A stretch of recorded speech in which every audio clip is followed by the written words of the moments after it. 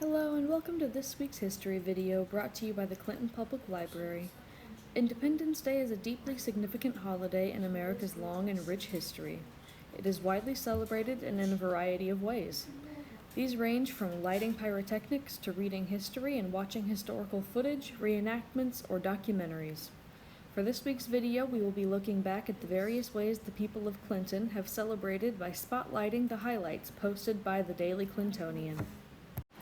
Independence Day. This is a time for true patriotism. Not since that fateful day in 1776 has there been a time when our nation so needed the patriotism of every living American. Not the sizz, boom, bob, popping firecrackers, picnic baskets, and a complacent belief that this is the greatest nation in the world, but the quiet patriotism that holds welfare of country above selfish greed. No longer can we boast that we are the richest, fastest growing, smartest nation on earth, with future prospects as unlimited as our far-flung borders. Today, a seedy little bearded fanatic thumbs his nose at us and steals American property with an immunity-form punishment that must akin old. Teddy Roosevelt turned in his grave. Wild-eyed students in South America spit at our vice president, and fear-crazed Japanese scream, "Yankee, go home." Something has happened to the regard in which we are once held as a nation all over the world. There are other countries almost as rich, fully as progressive, and with futures that look brighter than ours.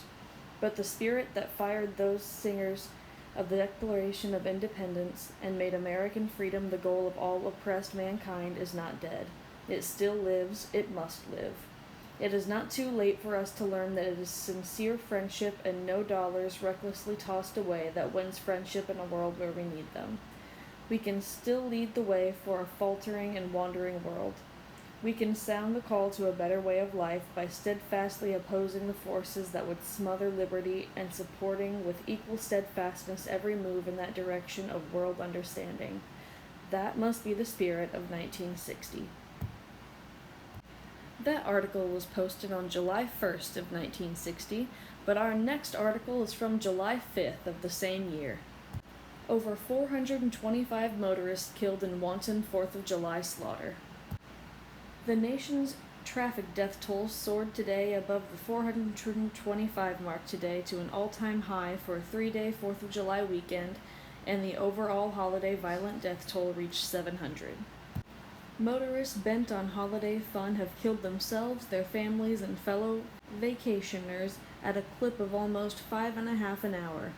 The National Safety Council called the slaughter on the highways appalling and shocking.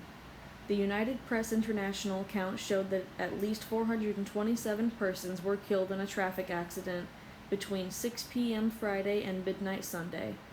In addition, 155 drowned and 115 persons died in other accidents for overall toll of 700. California counted 32 highway deaths, Ohio was close behind with 30, New York recorded 27, Texas 23, Wisconsin 20, North Carolina 18, and Georgia and Michigan 18 each. Only Alaska, Delaware, and New Hampshire reported no traffic fatalities. The Safety Council pleaded for emergency action to end, quote, wholesale bloodshed on the highways every day and particularly on holidays.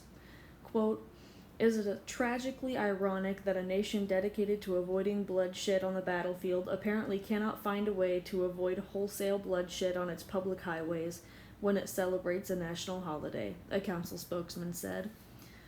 The National Safety Council believes public officials and all others dedicated to safer highways must act and act fast in an increased effort to reduce this highway slaughter, not solely on holidays but every day, he said.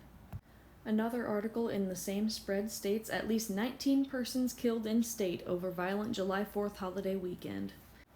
Indiana's 78-hour 4th of July weekend traffic death toll was held to 8, about half the expected number, but drownings, plane crashes, and other accidents boosted the fatalities to nearly 20. Drownings claimed 6 lives, 2 died in plane crashes, motor vehicle accidents on private property accounted for 2 other deaths, and a storm which felled a tree on a house trailer killed another. Regardless of how you celebrate this holiday weekend, we should keep in mind the advice from the 60s, which is to keep freedom and responsibility in mind. Stay safe and thank you for watching.